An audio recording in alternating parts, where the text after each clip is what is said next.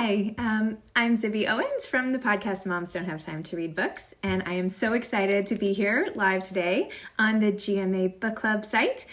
This is a huge thrill for me, and I am so excited because I'm going to be interviewing Anna Solomon, who wrote, this is an old cover, so excuse me, but I'm going to be interviewing her about the GMA Book Club pick for May called The Book of V. It's a live podcast, which I will eventually release on my own podcast, but I'm going to be doing it here for all of you guys who I'm sure are very excited to read this book. So thanks for tuning in.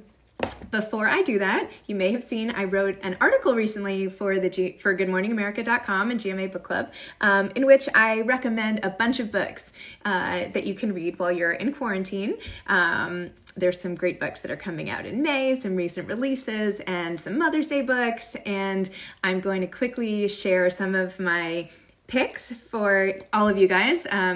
I'm assuming because you're on following GMA Book Club that you love books. I love books. I love to read. And so when I get excited about a book, I want to scream it from the rooftops. If you agree, just, put a little wave or something in the comments so I can see that you share my passion. But here are a few books that I think you are going to like that I wanted to recommend. What We Carry by Maya Shanbag Long is a memoir, which talks about dealing with a mother's Alzheimer's while having a new baby and a clash between cultures, and it's just beautifully written and amazing. So check that one out for sure. If you know any newish moms who need a gift for Mother's Day, You and I as Mothers, A Raw and Honest Guide to Motherhood by Laura Prepon is a great book. She was star of Orange is the New Black and That 70s Show. And just came out with this book, which is like sitting in a room talking to her. So this is a great new book for any new mamas out there. If you know any moms who love to cook or bake, which, that's like all anybody's doing right now, you can read or gift Procrastinating, which are 100 recipes for getting nothing done in the most delicious way possible by Erin Gardner, who was a master cake baker and on all the baking shows, and to procrastinate from making her cake confections, she would bake other things, which now she's collected into a series of recipes. So that's for the baker on your list. Another baking type book is Always Home by Fanny Singer. Her mom is Alice Waters, founder of Chez Panisse and the whole farm-to-table food movement. And this includes recipes, but it's also a memoir, and it's a mother-daughter story, great for Mother's Day as well. There I Am, you can tell I like memoirs a lot, but there's so many good ones out right now, is by Ruthie Lindsay. It's called There I Am, The Journey from Hopelessness to Healing. This is so inspiring, and it's about what happens to Ruthie when she was 19 and she got in a terrible car accident, which ended up giving her a lot of physical symptoms, but not until years later. And so to get through it, part of what she did is record and write, and this is her story, and it's just, oh my gosh, it will inspire you to accomplish anything. For people who love Instagram, which is all of you guys because you're on Instagram right now, Pretty Things is Janelle Brown's new literary suspense novel. It's gotten a ton of press everywhere, and it's about somebody who combs Instagram for secret tips about people's lives and then commits some theft and identity, stolen identities, and it's sort of a thriller, and it'll make you very, very nervous, but still worth reading. If you want to get the empty nester something for Mother's Day, Aren't You Forgetting Someone? Essays from My Midlife Revenge by screenwriter Carrie Leiser is so good. It's a collection of essays told as a narrative story. I am not an empty nester. I have 4 kids, ages 5 to almost 13, and yet I am constantly thinking about what life will be like as an empty nester. So even for people who are going through the messy middle and all the rest, this is a great book to read, particularly for a loved one in your life who has some empty nesters. And then I just have a few more quick book suggestions because it's hard to stop giving suggestions. And then I'm going to interview Anna Solomon, but I just wanted to recommend also Writers and Lovers by Lily King, which is a novel and kept me up 2 nights in a row reading because I loved it so much. Everything is Under Control. This is a pretty timely book for Mother's Day this year when with coronavirus, I'm not sure everything is under control. In fact, it really isn't, although we can convince ourselves that it is. This is by Phyllis Grant. It has a great pancake crepe recipe towards the end that you can use up all your Greek yogurt for. And it's really fast read. It's very slim. It'll take you like 2 seconds. I've come on GMA Book Club and talked about Nobody Will Tell You This But Me before by Bess Called, but this is a great Mother's Day gift, especially for a grandmother. I'm sending this to my grandmother, which I have to remember to do after this. She's 96 and still loves to read. Valentine by Elizabeth Wetmore is a beautiful story about a bunch of lives intersecting in West Texas, and it's really beautiful.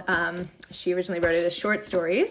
A Good Marriage by Kimberly McCreight, if you're in the mood for a mystery. This had so many twists and turns that I was reading it next to my daughter, who's 6, and I kept being like, oh my gosh, no, it's not him. Oh wait, it is him. Oh wait, it's somebody else. Maybe it's her. So this is called A Good Marriage, and it's also about what happens when the kids go to summer camp, which nobody's kids are doing now, and what happens with the parents and some secret parties and some... Anyway, I won't even go into it, but it's really good. Quickly, a few more. Black Widow, a grief memoir, but so funny. So a lot of people are going through grief. A lot of people are going through hard times this Mother's Day. You don't have to be wallowing in it by yourself. This is uplifting and funny and heartfelt, and yet deals with all the common issues of when you're grieving, which so many of us have been or will be. Stray by Stephanie Danler is her memoir. She wrote a book called Sweet Bitter. I'm sorry, I'm like rambling. I'm so excited about all these books. Stephanie Danler, who wrote the best-selling book Sweet Bitter, has come back with her first memoir called Stray, which is beautifully written about her childhood and growing up and the effects of having neglectful/abusive parents, drug addiction on your life. It's really great. This is not the final cover, but Rodham, a novel by Curtis Sittenfeld, who wrote Prep and American Wife and other books, is coming out very soon, and I'm excited for that. 2 more, I promise, and then I'll stop. I Want You to Know We're Still Here by Esther Saffron Foer is a great book. It's a little bit darker than some of the other ones, but especially for Mother's Day, this is an intergenerational story about remembering the past, and it's a beautiful ode to the people who have come before us. So this is a really nice one to give to a mom or a grandmother. And then my last one is Wine Girl, which if you can give this with a nice bottle of red wine to somebody you love, that is a perfect gift. This is a great memoir called The Obstacles, Humiliations, and Triumphs of America's Youngest Sommelier. It's also a little bit about women's sexual abuse in the restaurant industry. This bottle of red wine crossed your mom off your list. So those are some of my book recommendations. And now I'm so excited to talk to, I don't even have to recommend it because we're about to talk about it. So it goes without saying, the Book of V. So I'm going to have Anna Solomon join and talk about her amazing book. GMA Book Club. Here we go. I also interviewed Margarita Montemore, so you can go back and watch that Instagram live as well about Una Out of Order. Hi. Did it work? It worked. Hey, hi, how are you? Good, how are you? I'm good. You're amazing. I was like, how can you keep all of this in your head? Like if I held up 20 books that I'd read recently, I would just be like, and this one was really good. I just incredible that you can hold all of that. Oh, yeah. No, yeah. I can't remember like college, but I can remember all these books are like crisp in my head, but that's a gift. Yeah, I guess. Yeah, at least I found this one sort of arcane piece of knowledge that I can exploit these days. So that's nice. Right. Speaking of gifts of knowledge, though, oh my gosh, your book! Like, there's so many interesting things in your book. First of all, can you please tell everybody listening to this eventual podcast and everybody on GMA Book Club what the Book of V is about and what inspired you to write it? Yes, I would love to. This is the final cover. I'll just hold it up with that beautiful GMA seal on it, which made me have to keep it covered for like the week in which I got it first. Very excited. So the book is about 3 different women spread out across 3 different centuries. There is a contemporary mother of 2 in Brooklyn, New York in 2016. There is a U.S. senator's wife in 1973 Washington, D.C., And then there's a teenage Esther in ancient Persia. You might recognize the name Esther, and she is in fact Esther, as in Queen Esther from the Bible. And the book intertwines their stories. Their stories sort of intertwine, and as it goes, you start to see them converge until they ultimately collide in the present. Which, by the way, yeah, go ahead. No, I was just going to say, I felt kind of like a moron because at the end I did not see how those were all intersecting. I just didn't. And I was like, oh my gosh, of course. So, oh, good. Yeah. Yeah. Well, that's what I wanted to have happen for readers. Few. Okay. Like, those aha moments. I mean, there are a couple places in the book that different people have, it turns out, experienced them. So you might be one of the people who experiences it a little later than other people, but as long as you experience it, that was the goal. I hope I wasn't like one of the slowest people to catch on, but no, I was sitting reading it while the kids were watching Paw Patrol, and literally out loud I was like, oh my gosh, wait, no, wait. Yay. Yeah. That's a feeling that I love as a reader, and so producing that feeling in my readers is really a joy. How this story, it's complicated and intricate, not in only a good way, but just there's so many, by interweaving 3 different stories, first of all, and even within those stories, the complications. How did you go about structuring it and writing it and not getting confused yourself, and then figuring out when to do what? I mean, it's it's an art form, really. How did you do that? Thank you.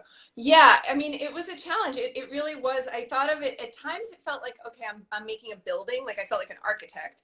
And then at other times I was like, well, this is more like I'm making a symphony, like a composer. Mm-hmm. And I'm neither an architect nor a composer, nor do I know much about either thing, but I am a very structural thinker. And I think, the only way I could have written this book or even conceived of it is because of that. And I use a lot of index cards. That's one of my big organizational sort of tools, very basic, but so I'll, every single scene was an index card, and then I had them color coded at various times, and then I would put them up in my workspace so that I could sort of see how they were relating to each other. And I actually did it part by part to break it down further, because the book's in 3 parts. There are 3 women, but then there are 3 parts to the book. So for each part, I had like, this is going to be this scene, then this one, then this one, then this one. They're going to weave like this.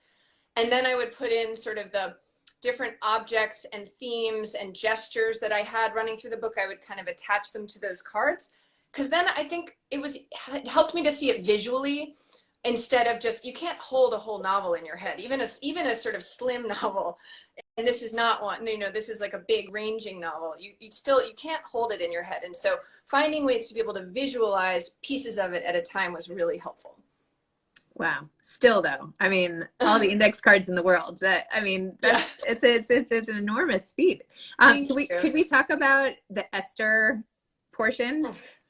Did you research all that? What of that is recorded? What did you glean from the Bible? Like, how much of that is actually what happened? Because I only know the dress up for the Purim Carnival version, right? Not this version. Well, what's really interesting, this is my version. This is not, and the thing is that nobody knows what happened. And when you go to do the research, which I did, I mean, I read an incredible amount about in the Book of Esther itself, but also about it, for thousands of years, people have, as with anything from the Bible, people have been writing about it, arguing about it, reinterpreting it, creating new stories about it. So I just was joining this long line of people doing that. But one of the things I figured out very early on is that no one knew what it was actually, what was going on at this time, in terms of that this was based in any fact. No one knew, no one has any idea who wrote this book or when. I mean, there's even some people theorize that a Greek person could have written this hundreds of years later. There's really very little information. And what's so interesting when you talk about what's the record, the only record when you do the research, it all drives you back to the Book of Esther. A lot of people, when they're looking at, what happened in ancient Persia, their source is actually the Book of Esther, which is, in my mind and in many people's mind, a work of fiction, it itself. I mean, there are people who would argue with me about that, obviously, and people who take it in a much more fundamental sense, this is what really happened. But in terms of, so I took it very much in that spirit, and I played with it in that spirit and sort of reinterpreted it in that way. Interesting. Because Yeah. now I feel like, well, first of all, I have a new perspective on that whole story. But second of all, I have a new perspective on all the kids even dressing up as Esther. And Right. what about Queen Vashti? And like the whole thing is just, I don't know. You've like Yeah. completely boggled my mind here on I'm this. glad. I mean, the book is sort of subversive in that way. It does take, if you know, I think, and it's this story if you know, but you don't have to know the Book of Esther at all to get this book, to get my novel. But I think the idea is that we, whether it's this story or another, we all have had these stories we've been told in our lives about this person's good and this is person's bad. And a lot of stories are made up of that, right? Like evil and of who's the virtuous woman and who is the wanton woman and who is the aggressive woman and who's the meek woman. And Right. this is a story that I think, like many of us are told in a way where those are very clear lines. And I was really interested in kind of shaking that up and saying, well, how do we know this? And if we really look at what happened, like, does this ring true? And aren't all of us sort of some of both or some of all? Like, aren't there many women inside every one of us? And maybe we could, do better to stop with these kind of categories that we tend to place ourselves and other women in. So at its heart, that's, I think a real subject of the book. And I don't write to sort of have like, I don't write in a polemical sense, like I have an argument to make in my novels, but that's sort of, I think if I had to say like one thing I'm arguing in this novel, it is sort of against categorization and like type of woman and kind of embracing us all as whole and many multifaceted. Interesting. I feel like there's also something to women's relationship with men in the story, and there was so much dominance and sexual abuse and exploitation and throughout all three parts of the book, really. What points were you trying to make with that, or what made you Yeah. include all of it? I mean, I think that was more of an exploration in a way, but yeah, I think the book really is about power on a lot of levels, and I think at its core about really like gendered power, Yeah. and about the ways in which women historically and it turns out right now all the time are working to figure out how to kind of possess our own power, and then in some cases how to exert it, and in some cases where women are in fact not in control of their own lives, how they find ways to, even in those circumstances, to kind of find ways to have power or to figure out how to kind of be in charge of their own story. The book is very much about, I think, women in relationship to men finding a way to tell their to own narrative, like to take charge of it. And I think, I mean, it's interesting because I started writing this book, before the last election and before the Me Too movement, and before, I think, in a moment that felt to a lot of people kind of post-feminist. And, like in the aughts, it was sort of like, oh, we're all past that now, and we all knew that wasn't true, but it was sort of, I think, so it was interesting writing it. And there were parts of it I was like, well, will people buy this? Like, will this feel relevant? And then it turned out like, oh, yes. People really do buy this, and this, like, this, I don't think you have to argue for it. Yeah. In that way. And it is about men in powerful positions who don't necessarily, there's not really a reason for them to be in those positions and what they do with their power. Yeah, I was particularly interested in V's character and how she navigated. It was so brilliant how you, excuse me, how you set that in the context of her being a senator's wife and the power that comes with the government attached to you as well. But also how, as you were saying, how she takes the power back, even as something as simple as taking off her buttons, or what she ends up doing later, not to give anything away, but like even how she, spends her time while she's staying with her friend later, and like that she makes these decisions with her own sexuality to try to, make a stand. I thought was really interesting. I mean, yeah, and most of them aren't conscious, right? It's not like she's like, I will make a stand with myself. Right. She's sort of floundering, and so we watch her try to navigate that, and most of it's pretty messy. Yeah. Yeah. I mean, the book, it's still a little bit dark, right? There's so many, you're still trying, the women are just wrestling with this stuff over and over, like they're kind of like in the dryer. Do you know what I mean? Like centuries after centuries, and like trying to figure their way out of it. Like, do you feel like there's any, like, what can we do at the end of it, right? Is it inspiring? Like, should we all feel good? Should I like get rid of all my buttons and just say like, forget it? Like, oh my God. First of all, did you say in the dryer? Yeah. Because I love that. I've never heard that, but it's so makes sense, and it's also so relevant to this book where there's so much laundry happening. I have been doing so much laundry lately that literally, like, that my life is in like housework metaphors at the moment in quarantine. So sorry about that, but yes. No, like, it fits the book really well because the book is kind of obsessed with housework and housekeeping. And I don't know if you're familiar, like I have this whole Instagram called Unkempt that's all about like domestic chaos. You should go check it out. I didn't know. I'm sorry. I thought I researched everything about you. I'm so sorry. No. But yeah, no. So that it's all like pictures of the mess in women's homes and like piles of laundry. Literally, you'll love it. Go thank you. That will make me feel a lot better. I appreciate it. It will. It makes everybody feel better. And I think actually that's sort of tied to like, well, what's the lesson or how can it? I mean, I definitely don't write toward a lesson, but I hope that first of all, I feel like there's a lot of life and light in the book in the sense of like the humor and the narrative. The narrator, there's a consistent narrator, even though we're shifting between these different women. And that narrator really does have kind of a wry sense of humor, and can comment from kind of outside of the morass or like the neurosis. But I do feel like, to me, where it leaves us is toward connection with other women and toward like the power of female friendship, the power of mothers and daughters. Yes. And those relationships and our grandmothers and the ways in which we are tied to these women, whether or not those relationships are easy, right? They are just fundamental to us and to who we are and to the stories that we're sort of beginning to tell to people after us, right? Like, so this book is, you know, dedicated both to my mother, but also to my 12-year-old daughter. And it feels to me very much a book in that way that to me is something that inspired me while I was writing it, is that it felt like it was toward connection.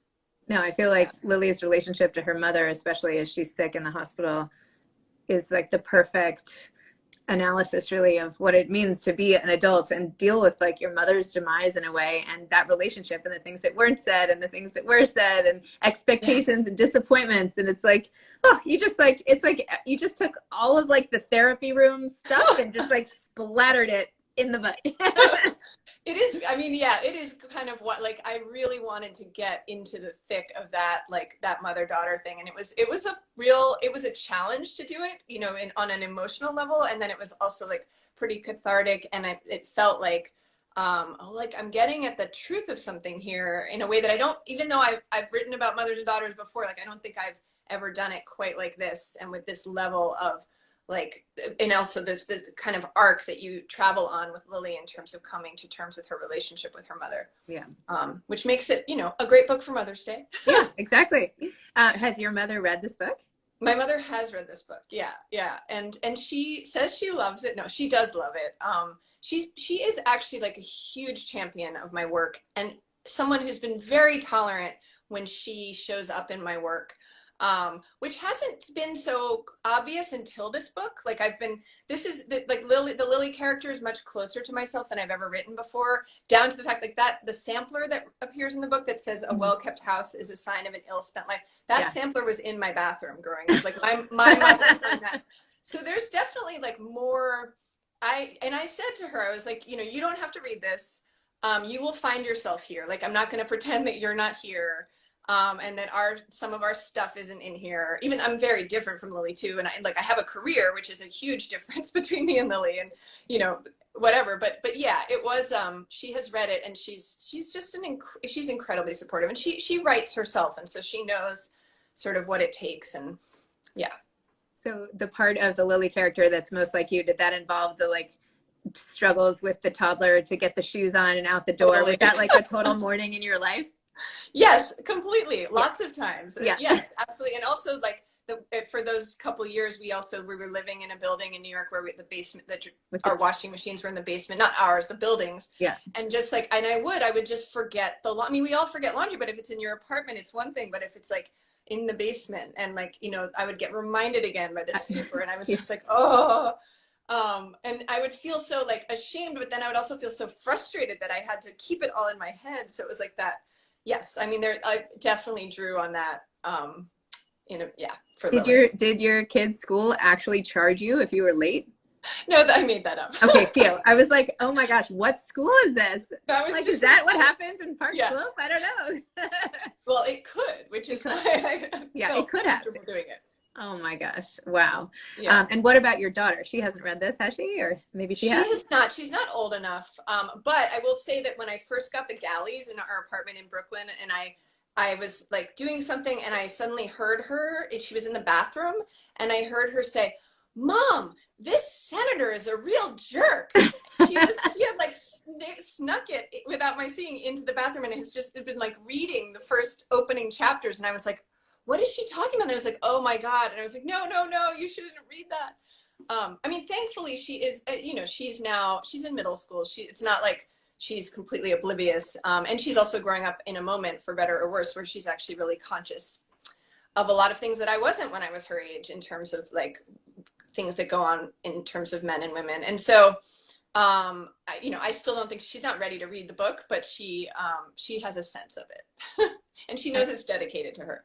I have one of my four kids is an almost 13-year-old. I have a 12-year-old daughter also. And I don't know, I've kept her pretty shielded about some of the stuff going on in the news with the men Yeah. and women. And I don't know, I haven't like been ready to go there. So I Yeah. don't know. I haven't. I've kept her shielded, but somehow it just, like, from Yeah, it other seeps in. Yeah. sources, it's just like a lot of, I feel like a lot of her influences at this point come from her friends as much as from us, and so that's been a real shift in the last year or two, where it's like, oh right, you're going to learn about things that were not the things we wanted you to know. Yeah. So we My have to be daughter ready, seems ready to talk like about them. my daughter seems to be getting all her information from like the 10 YouTubers she follows, which I Oh didn't my used to God. allow, but now I'm like, all bets are off. So Right. Yeah. great new hairstyle. Thanks, Right. YouTubers. So tell me a little more about like where you wrote the book, your process. I know you said the note cards and all the rest of it, like how long start to finish this took, and just where you actually like paint me a picture of where you were writing it. Yeah, I guess I was already, so we had lived in Rhode Island for a few years, and then we moved back to Brooklyn, and I think I was pretty much already back in Brooklyn, which means that I no longer had an office at my home, and that I was writing at the Brooklyn Writers Space, which is where I write. I mean, not during this pandemic, obviously, because it's closed, but it's a shared workspace. It's a totally silent workspace, so there's no sound allowed, like your phone can't buzz, etc. And you sort of pick a different cubicle each day. They're thankfully each, like, the walls are, you can put pins in them, so I was able to do my card thing there. But of course it was interesting because, like, at first I was very frustrated because I had to put my index cards back up every day, Yeah, that's a take them pain. down. And then I was like, the gift in that, it turned out, was that I noticed them every day, and I dealt with them every day. Whereas in my office in Providence, where I had like my little garret, I would just sort of stop seeing it because it was always up. And so it was, I mean, I try in my process, even it changes depending on my kids' ages, depending on like our living situation, and I try to find sort of the bright spots in the different requirements that are in the different challenges that come along. Yeah, so I tend to go, it's like drop the kids off at school and go to the writer space. And I try to keep the mornings really as my writing time. I use the Freedom app to block the internet. Like, I don't check email. I don't go on any kind of anything. And it's just like, that's my time for drafting, like creating. And then the afternoon, I do other work. I freelance, and I teach, like most writers. But sometimes when that's slow, I'll come back to it in the afternoon for revision or to do research. I try to not research in the mornings because it's always so much easier than writing, and it will just keep me from the writing. Like, if I go Google something, I'm like, this is so much more fun than writing that dialogue. I need that Freedom app that you mentioned. I want to like push that button now for my life. Like So great. I mean, it's actually very scary when when you first do it. I'm a very disciplined person generally, and I'd always had no trouble just like not going on those things. And then after the election in 2016, I was like, oh my God, I can't stop. Like, it was like a sickness. And the first couple days that I put the app on, it actually felt like I was like an addict. Like, I felt like I had to, like, it was like rehab, and I was like jonesing, like, oh my God, I just want to hit. I just want to hit. yeah. But then it's like I got trained out of it, and it was so much better. It's not like I don't do those things, but just to have that window where you're protecting yourself and you're ruthless about it, I feel like it's saved me. Wow. Such Yeah. a nice thought to be able to like drop your kids at school and go work. Isn't that it? too I much? mean, doesn't it feel like some fantasy now? Like the idea that we could even do that? It's amazing to me how quickly it seemed impossible. Like it was like it Mhm. only took a week or two where I was before being like, oh, we did that once upon a time. Yeah, I mean, like, let alone like walked into a cafe and sat down and like, I mean, I don't, it's so I weird know. how I quickly know. psychologically it begins to feel like a whole other life. Totally. One that Yeah. I hope we get back to. I Oh mean, my not the gosh. school necessarily, that's like shot for a while, but I don't know. At least being around other people I know. I would be mean, so camp would be nice, and I think camp that's would be probably not nice. happening either. It's just, it's wild. It's hard to fathom. I It know. continues to be hard to fathom. Yeah. Oh my gosh. One day at a time. I can't I'm look right, too far ahead. I'm right there with you. So, what was it like finding out you were the GMA Book Club pick? Totally thrilling. I was just shocked, honestly, just shocked. I mean, who wouldn't be shocked by that, right? You'd have to be like a crazy person to not be shocked. And I was just like, are you kidding? This is amazing. Just to have that sense of like embrace from I think especially a show that reaches so many people all around the country and all different kinds of people and not all people who like in my sort of like little literary circle, but Right. just to open it up in that way. And I think, to have such a feminist book embraced by Good Morning America was also really exciting to me. So no, I'm just thrilled by it and a little bit overwhelmed Wow. and Um, great.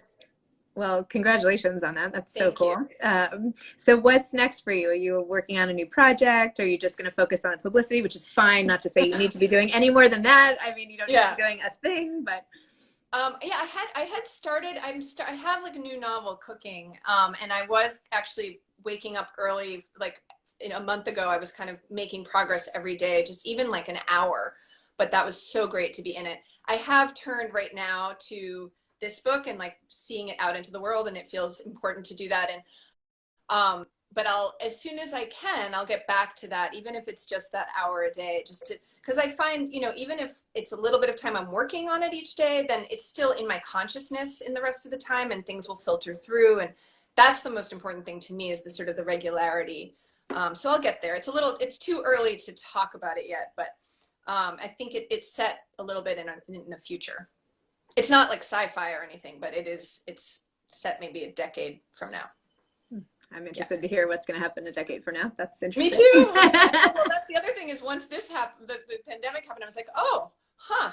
Yeah. I might have less of an idea than I even thought I did about what's going to happen. So it definitely like part of me is like, I should probably wait and see what's happening here, but I'll just keep developing my characters and I might, I'm sure the plot as always will change.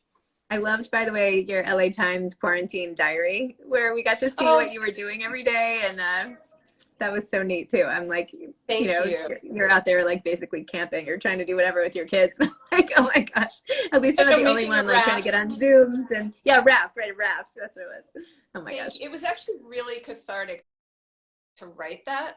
I don't, it was like such a gift to be allowed to write it, because I feel like I just was like, I don't know, just to make sense as we do as writers of the chaos in a form of the diary.